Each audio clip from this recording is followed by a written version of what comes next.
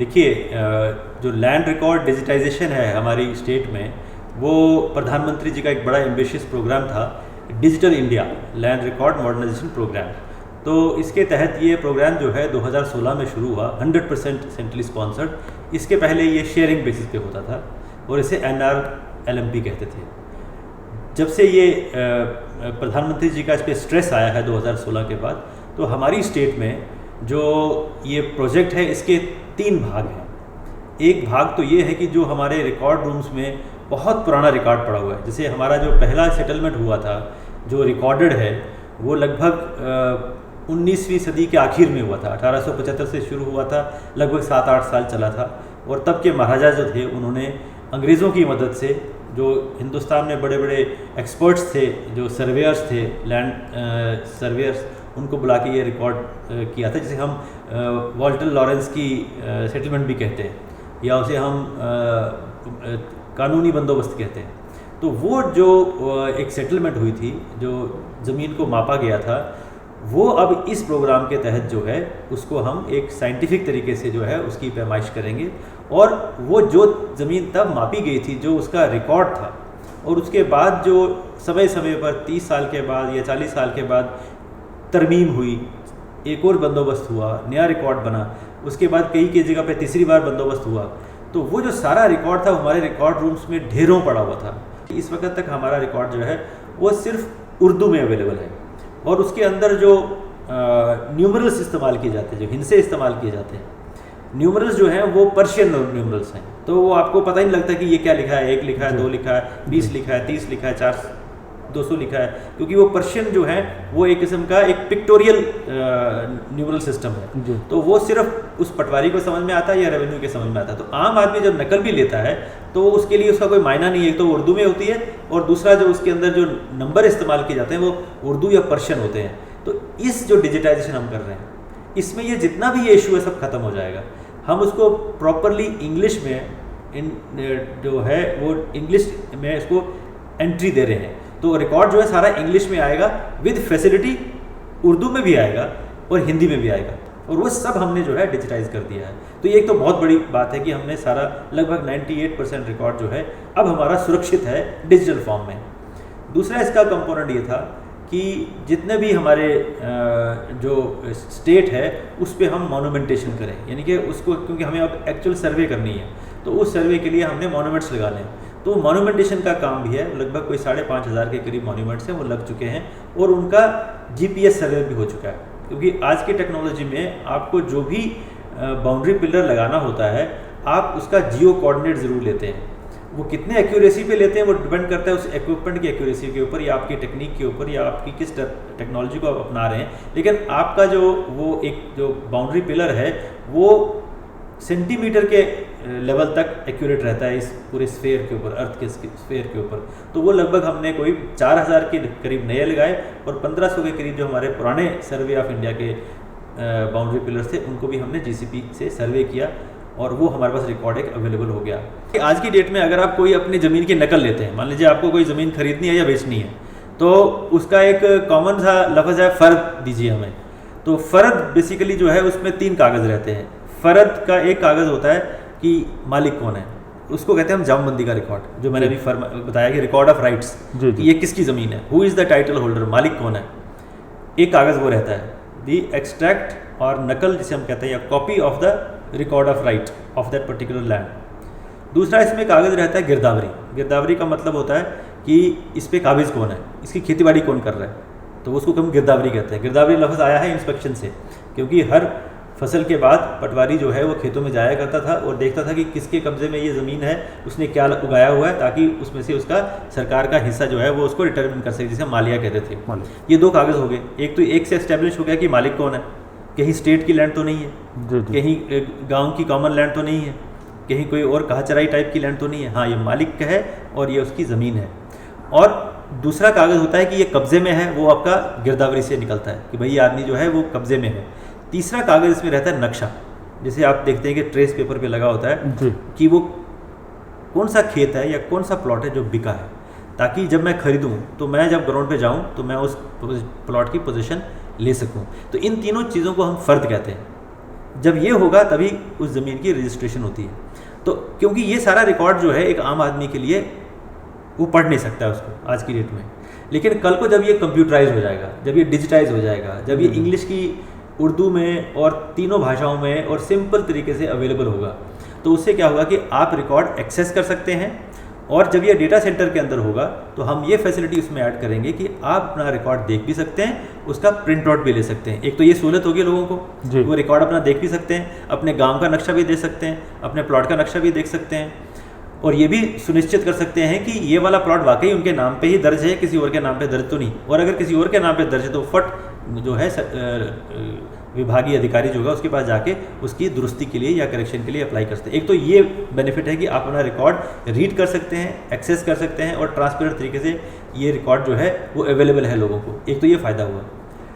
दूसरा इसका एक फ़ायदा इससे ये होता है कि जब हम, जिस तरह हमने कहा कि 40 साल से, 50 साल से, 70 साल से रिकॉर्ड अपडेट नहीं हुआ, जब आप रिकॉर्ड डिजिटाइज कर देते हैं, जब ये रिकॉर्ड एंटर कर जाता है डेटा सेंटर्स के अंदर, जब ये रिकॉर्ड एक डेटाबेस में चला जाता है, तो फिर आपको सिर्फ जो एक महीने के अंदर आके उसको अपडेट करना है कि एक महीने में कितनी मेरी म्यूटेशंस हुई, कितने इसमें खरीद फरोख्त हुई, कितनी बार लैंड ट्रांसफ़र हुई। तो महीने महीने में आप मान लीजिए उस रिकॉर्ड को अपडेट कर सकते हैं। तो फिर ये जमाबंदी का इशू खत्म हो जाएगा, हर साल वाला खत्म हो जाएगा। After every 1 month you will update the record. So you will find always, हमेशा आपका रिकॉर्ड जो होगा ताज़ा, बिल्कुल ताज़ा, लेटेस्ट रिकॉर्ड जो है वो लोगों को अवेलेबल होगा, ताकि कोई उनको दिक्कत ना आ सके। और इसका तीसरा जो सबसे बड़ा इम्पॉर्टेंट जो फ़ायदा ये है कि जब हम रिकॉर्ड डिजिटाइज करते हैं, इसके साथ ही जुड़ी हुई चीज़ है रजिस्ट्रेशन ऑफ प्रॉपर्टी। जी, ठीक है। और इसी के साथ जुड़ा हुआ आपका क्वेश्चन होगा कि स्टैंपिंग, ठीक है, क्योंकि दुनिया में प्रॉपर्टी का लेन देन तो होता रहता है, रोज़ दिन होता रहता है, चाहे वो लैंड एग्रीकल्चर हो, चाहे वो दुकान हो, चाहे वो मकान हो। लैंड ट्रांजेक्शन्स तो इकोनॉमिक एक्टिविटी है, वो होती रहेगी हमेशा।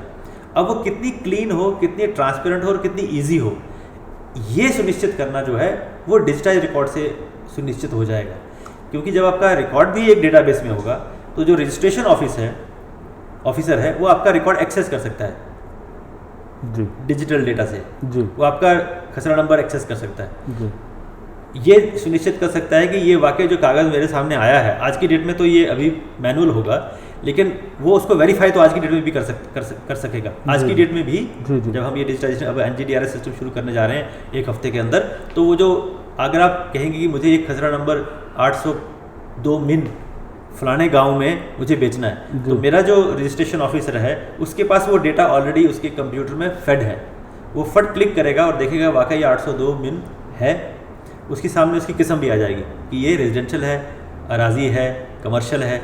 उसी के हिसाब से वो हमने इसलिए डेटाबेस उसमें डाला हुआ है ताकि उसके ऊपर स्टैम्प ड्यूटी वो एग्जैक्ट कैलकुलेट कर पाए। तो एक ट्रांसपेरेंट मेथड तरीके से आप कोई खड नहीं बेच सकते, आप कोई ऐसी जगह नहीं बेच सकते जो कि बिकती नहीं है, जिससे कि लोग जो है बहुत सारे झांसे में आते हैं, लोग उनको ऐसी चीज़ें बेच देते हैं या ऐसी ज़मीनें बेच देते हैं जो उनकी पूरी उम्र की कमाई जो उसमें चली जाती है, और बाद में वो परेशान होते रहते हैं जब रजिस्ट्रेशन जो है, रजिस्ट्रार जो है वो क्वेश्चन पूछता है कि भाई ये तो ज़मीन बिकने वाली नहीं थी, आपने कैसे खरीद ली।